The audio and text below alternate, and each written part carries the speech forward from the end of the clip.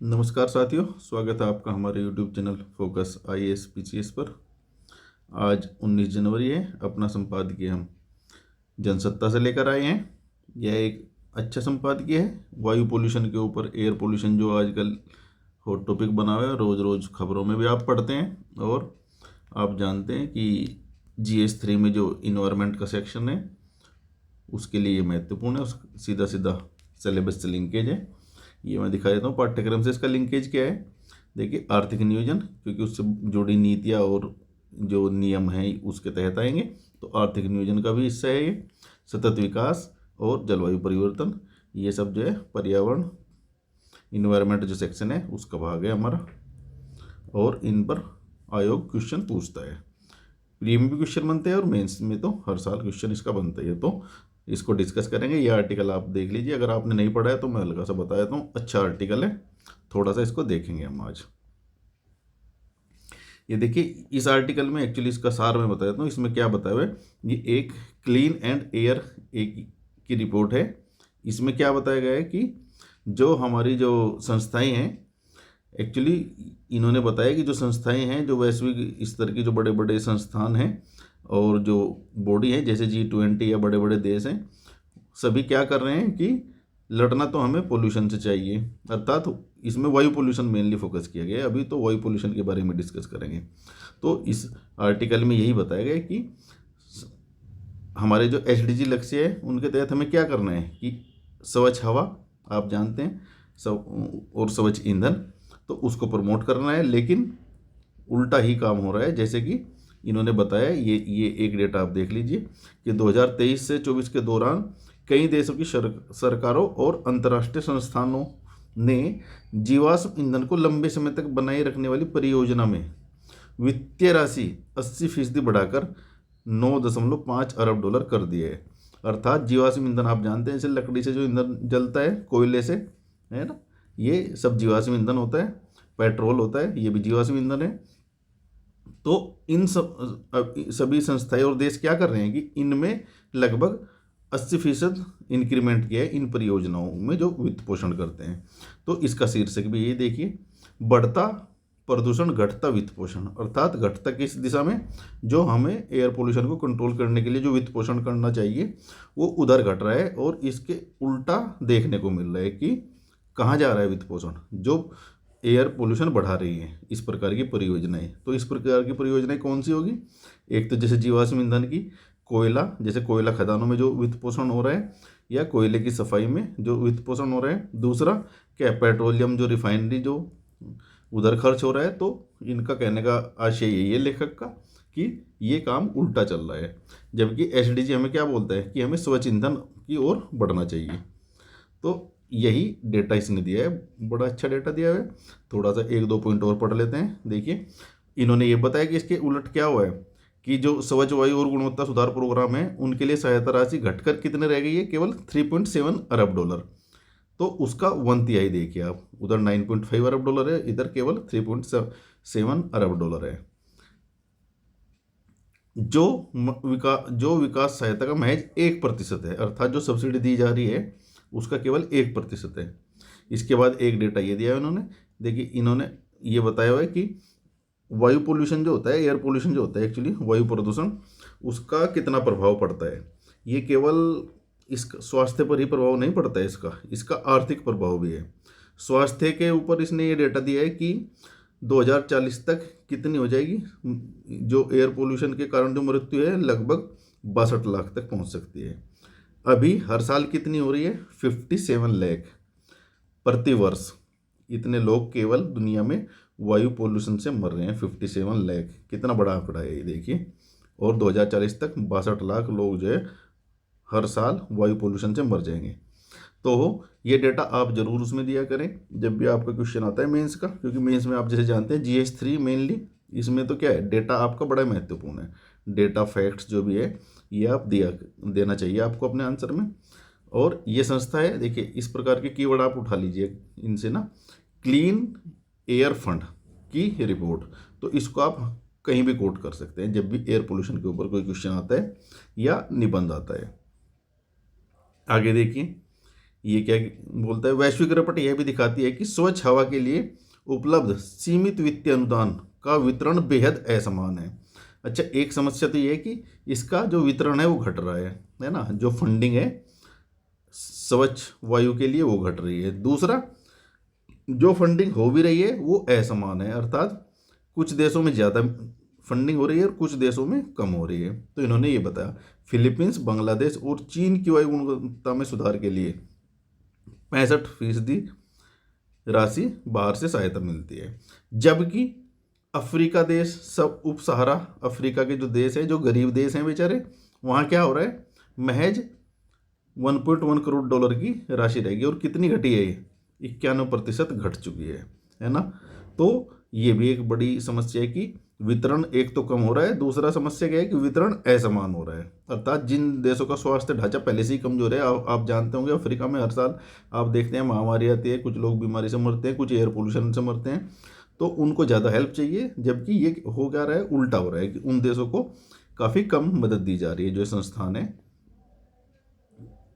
आगे देख रहे हैं, यही देखिए इन्होंने भारत का फिर वित्तीय बोझ बताया है कि भारत में कितना कितना खर्च हो रहा है। जो एयर पोल्यूशन जो आप सुनते हैं दिल्ली में, पटना में, बेगूसराय में, ये बड़े ये भागलपुर, जो भी शहर हैं, तो वहाँ पर क्या हो रहा है, देखिए एयर पोल्यूशन बड़ा ही गिर चुका है।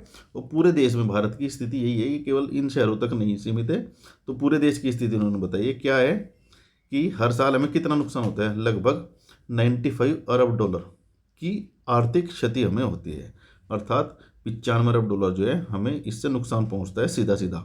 कैसे, स्वास्थ्य पर खर्च होता है, फिर एयर पोल्यूशन को सुधारने के लिए जो पैसे खर्च होते हैं उसके ऊपर खर्च होता है, तो कई प्रकार से। और इसके अलावा इसका ये तो सीधे सीधे नुकसान दिखते हैं, इसके अलावा जो अप्रत्यक्ष हानि है वो भी दिखाया है इन्होंने। देखिए, काम के दिनों का कम होना, भाई कई बार क्या होता है, आप दिल्ली में सुनते हैं ग्रेफ 4 या 5 लागू होने के बाद क्या करते हैं कि फैक्ट्रियाँ बंद कर दी जाती है, जितना प्रोडक्शन का काम है वो रुक जाता है, परिवहन रुक जाता है, तो उससे क्या है, काम के दिनों की भी में हानि होती है। अच्छा, अर्थात जो हमारे मजदूर लोग या जो भी फैक्ट्री काम करती, अर्थव्यवस्था में योगदान देती, लेकिन वो मान लिया एक हफ्ता बंद है, तो सीधा सीधा आर्थिक हानि हो रही है उससे भी। दूसरा हानि क्या है, बच्चों के स्कूल बंद हो जाते हैं। अब आपने देखा होगा दिल्ली में स्कूल बंद कर दिए थे एयर पोल्यूशन की वजह से। इससे ये तो डायरेक्ट है, इनडायरेक्ट भी है। और दूसरा क्या है, उत्पादकता भी घटती है, अर्थात क्या होगा, चलो फैक्ट्री भी खुली हुई है और स्कूल भी चल रहे हैं, लेकिन जो व्यक्ति है, काम करने वाले व्यक्ति है, मजदूर है, या कोई भी मैनेजमेंट के हायर अथॉरिटी है, वो बीमार पड़ रहे हैं, तो उनकी उत्पादकता भी घटती है, क्योंकि बीमार आदमी अच्छे से काम नहीं कर पाता है, ये सब जानते हैं। तो ये इसके गंभीर दुष्परिणाम हमें दिखाई दे रहे हैं।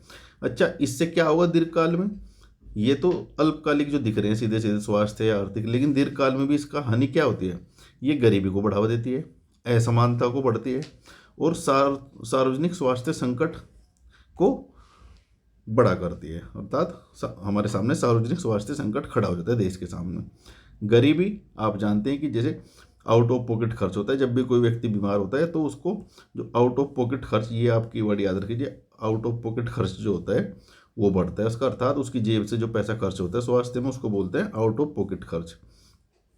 भाई सभी तो फ्री में इलाज नहीं मिलेगा, सभी को सरकारी अस्पताल सभी तो जाएंगे नहीं, और जाने के बाद भी कुछ दवाइयाँ उन्हें अपनी जेब से खरीदनी पड़ती है, भले ही उनके पास आयुष्मान बीमा वगैरह भी हो, तो उसको बोलते हैं आउट ऑफ पॉकेट खर्च, जो व्यक्ति अपनी जेब से खर्च करता है।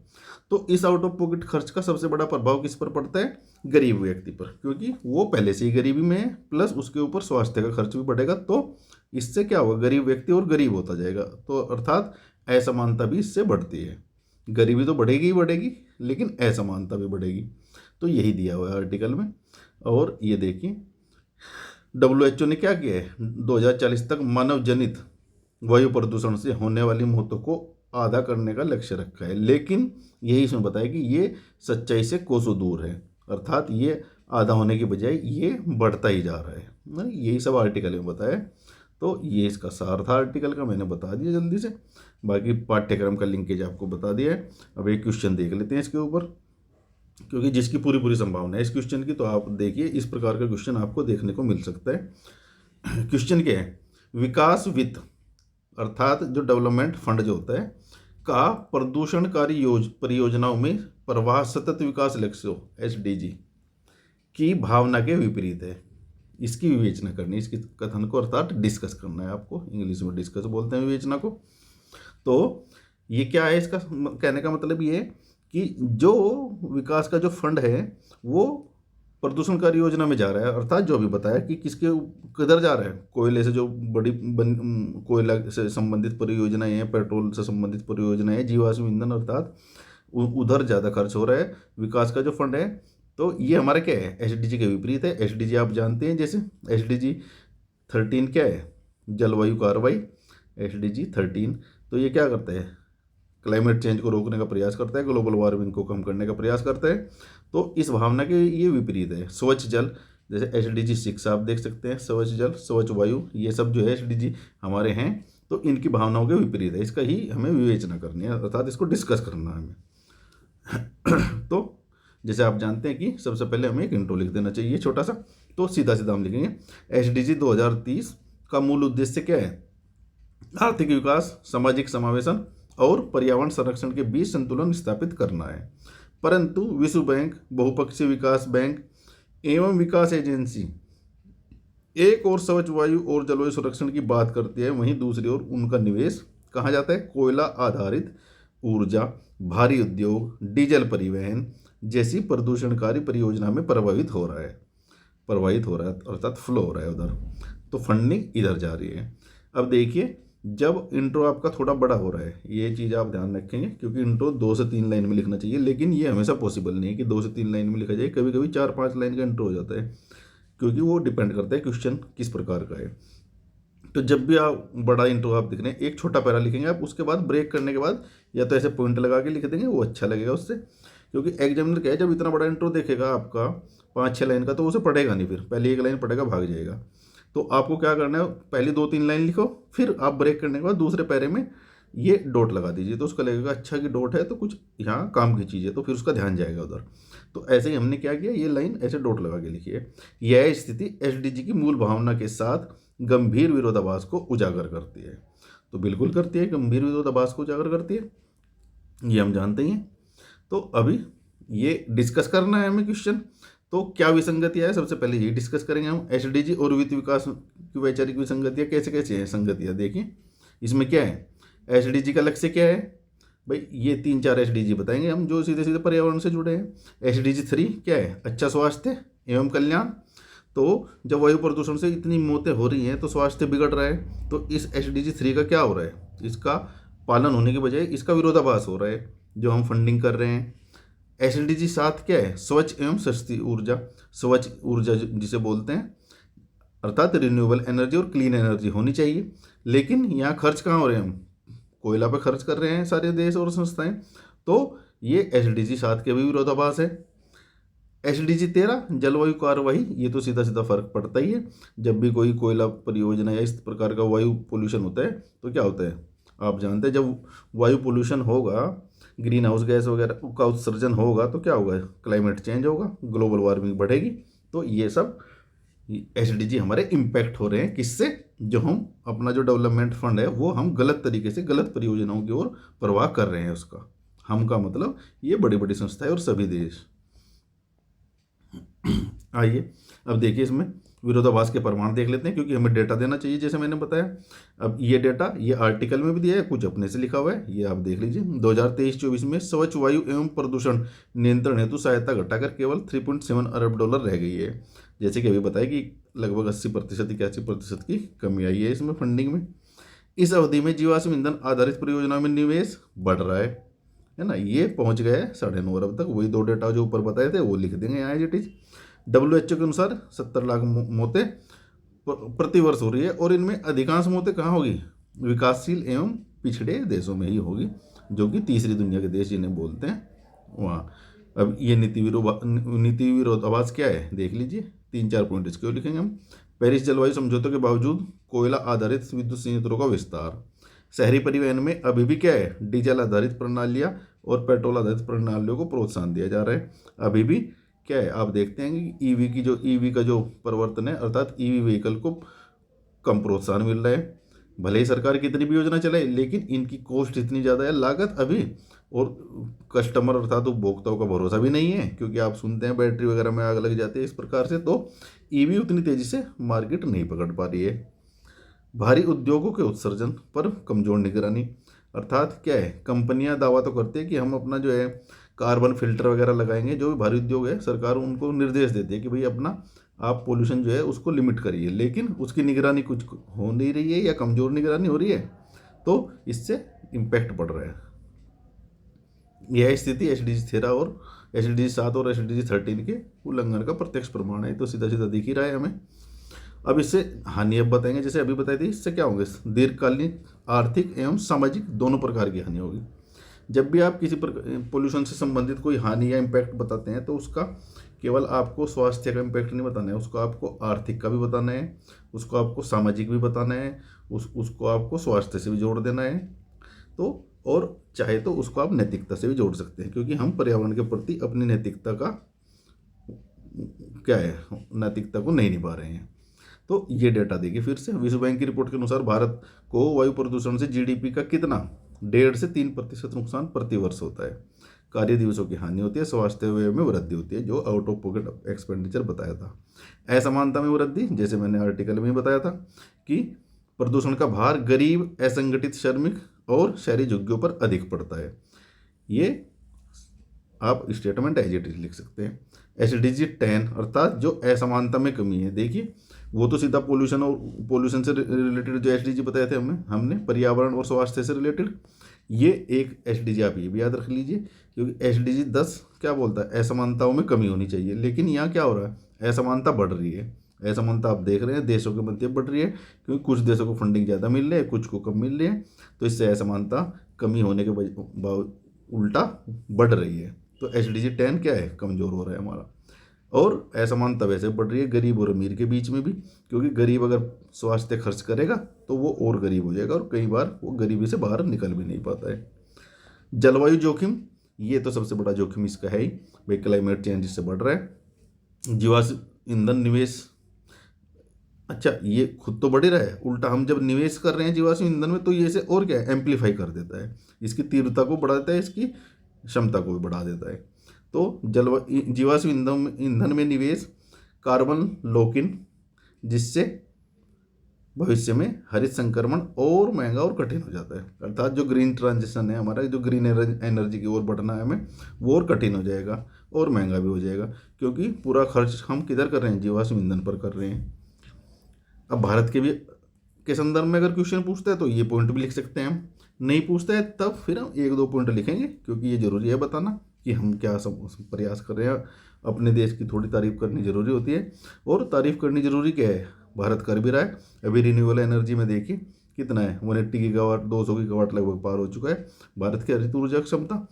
और ये देखिए भारत किस प्रकार से समर्थन कर रहा है। देखिए भारत के संविधान में ही जो इतने दिन पहले बना था, उसी में हमने क्या किया था, ये राज्य का पर्यावरण संरक्षण राज्य का दायित्व बनाया गया था अनुच्छेद 48A के तहत। और आगे प्रोग्रेसिव अप्रोच रखते हुए क्या किया है, अनुच्छेद 21 का भी विस्तार किया है हमने। क्या किया है, स्वच्छ पर्यावरण जीवन का अधिकार बनाए, कि कौन से, MC मेहता केस बनाम भारत संघ, है ना। तो ये देखिए कितनी प्रोग्रेसिव अप्रोच भारत की है, कि स्वच्छ पर्यावरण को जीवन फंडामेंटल राइट बना दिया गया है। नीतिगत प्रयास आप जानते हैं, एच.डी.जी का अनुपालन के लिए क्या है, नीति आयोग जो है ये प्रयास करता है, एच.डी.जी इंडेक्स भी बनाता है, जिससे कि राज्यों में प्रोत्साहन हो, आपस में प्रतिस्पर्धा हो एच.डी.जी इंडेक्स की प्राप्ति करने के लिए। राष्ट्रीय स्वच्छ वायु कार्यक्रम चलाया गया है, इसमें क्या है 2040 तक PM जो होता है, PM अर्थात ये क्या होता है, पर्टिकुलेट मैटर, है ना, जो PM 2.5 आप सुनते हैं, या PM 5 सुनते हैं, 5.0, तो इसमें कमी का लक्ष्य रखा गया है।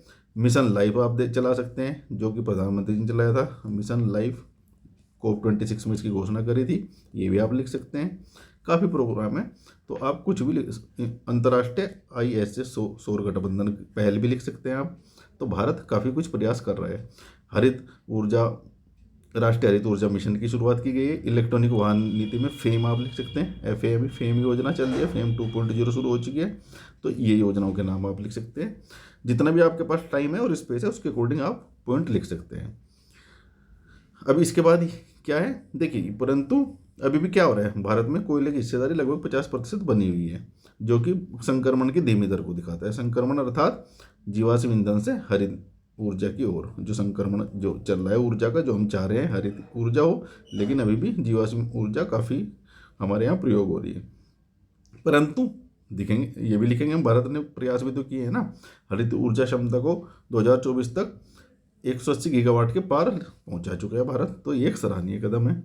अभी ये सब पॉइंट हम डिस्कस कर चुके हैं, एक इसका निष्कर्ष लिखेंगे अच्छा सा, ये देख लीजिए आप। विकास वित्त का प्रदूषणकारी परियोजनाओं में प्रवाह सतत विकास लक्ष्यों, यहाँ आप शॉर्ट में लिख सकते हैं एसडीजी, बार बार सतत विकास लक्ष्य लिखने की जरूरत नहीं है। एसडीजी की आत्मा के प्रतिकूल है। यदि वित्तीय प्रवाह को शीघ्र ही स्वच्छ ऊर्जा, हरित परिवहन और पर्यावरण प्रदूषण नियंत्रण की ओर नहीं मोड़ा गया तो एसडीजी केवल क्या रह जाएंगे, घोषणात्मक दस्तावेज बनकर रह जाएंगे। आप यहाँ तक इंट्रो खत्म कर सकते हैं। अतः आवश्यकता है कि विकास वित्त, जलवायु प्रतिबद्धता और सार्वजनिक स्वास्थ्य को एकीकृत नीति ढांचे में समाहित किया जाए। तो ये निष्कर्ष हो गया आपका, ये एक अच्छा क्वेश्चन डिस्कस कर लिया, और अब आपको समझ आ गया कि जो वित्त पोषण है वो किस प्रकार से गलत दिशा में जा रहा है। तो आप जब भी एयर पोल्यूशन के ऊपर कोई क्वेश्चन आता है तो आप ये लिख सकते हैं। और इस बार क्या है कि एयर पोल्यूशन बड़ा ही चर्चा में रहा है, तो ये एक महत्वपूर्ण टॉपिक बन जाता है, इसलिए ये आर्टिकल मैं आज आपके लिए लेकर आया हूँ।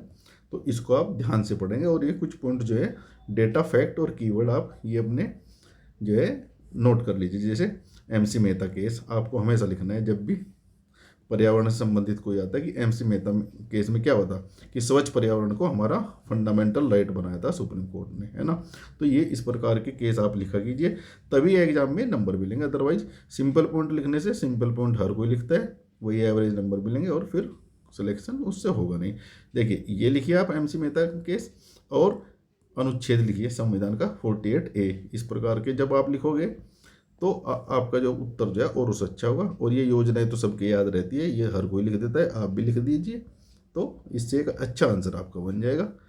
ये दोस्तों हमारा व्हाट्सअप नंबर है, टेस्ट सीरीज चल रही है अभी GS3 की, इसी प्रकार के मॉडल उत्तर आपको दिए जा रहे हैं टू द पॉइंट। अगर आपको जुड़ना है तो आप इस नंबर पर हमें व्हाट्सअप कर सकते हैं 9811504781। ये हमारा चैनल है दोस्तों, फोकस IAS इसको आप लाइक सब्सक्राइब कीजिए। सेम नाम से टेलीग्राम चैनल है फोकस IAS, आप इसे ज्वाइन कर लीजिए, वहाँ ये सब PDF वगैरह आपको मिलता रहेगा, और बाकी प्रीलिम्स और मेंस से इनपुट से रिलेटेड कंटेंट भी आपको दिया जाएगा, ये आप देख सकते हैं। तो आज समाप्त करते हैं इसको, कल फिर लेकर आते हैं एक बेहतरीन सा आर्टिकल, जिससे आपका प्रीलिम्स और मेंस सभी की तैयारी साथ साथ चलती रही। तो तब तक दोस्तों पढ़ते रहिए, लिखते रहिए और सिलेक्शन लेकर रहिए। जय हिंद।